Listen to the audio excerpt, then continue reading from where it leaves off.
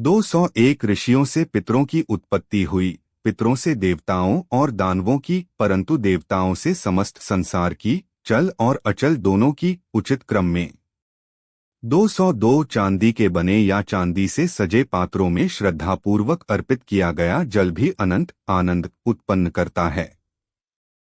203 द्विज पुरुषों के लिए पितरों के सम्मान में किया जाने वाला अनुष्ठान देवताओं के सम्मान में किए जाने वाले अनुष्ठान से अधिक महत्वपूर्ण है, क्योंकि देवताओं को अर्पित की जाने वाली भेंट श्राद्धों से पहले को सुदृढ़ करने का साधन घोषित किया गया है।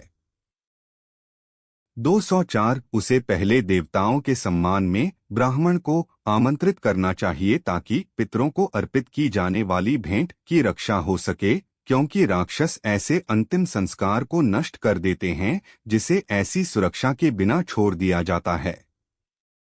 205 उसे श्राद्ध देवताओं के सम्मान में किसी अनुष्ठान से प्रारंभ और समाप्त करना चाहिए, यह पितरों के सम्मान में किसी अनुष्ठान से प्रारंभ और समाप्त नहीं होना चाहिए, क्योंकि जो इसे पितरों के सम्मान में किसी अनुष्ठान से प्रारंभ और समाप्त करता है वह शीघ्र ही अपनी संतान सहित नष्ट हो जाता है।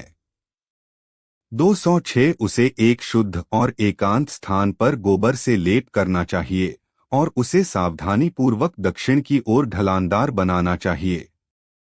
207 खुले प्राकृतिक रूप से शुद्ध स्थानों, नदियों के किनारे और एकांत स्थानों में की गई भेंटों से देवता हमेशा प्रसन्न होते हैं। 208 यज्ञ करने वाला आमंत्रित ब्राह्मणों को, जिन्होंने विधिवत स्नान कर लिया है, अलग अलग तैयार सीटों पर बिठाएगा जिन पर कुश घास की पत्तियां रखी होंगी।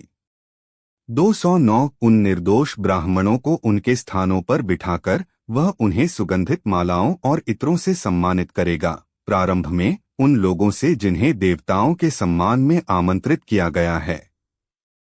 210 उन्हें जल, तिल और कुश घास की पत्तियां भेंट करने के बाद ब्राह्मण यज्ञकर्ता सभी ब्राह्मण अतिथियों से संयुक्त रूप से अनुमति प्राप्त करने के बाद पवित्र अग्नि में आहुति देगा।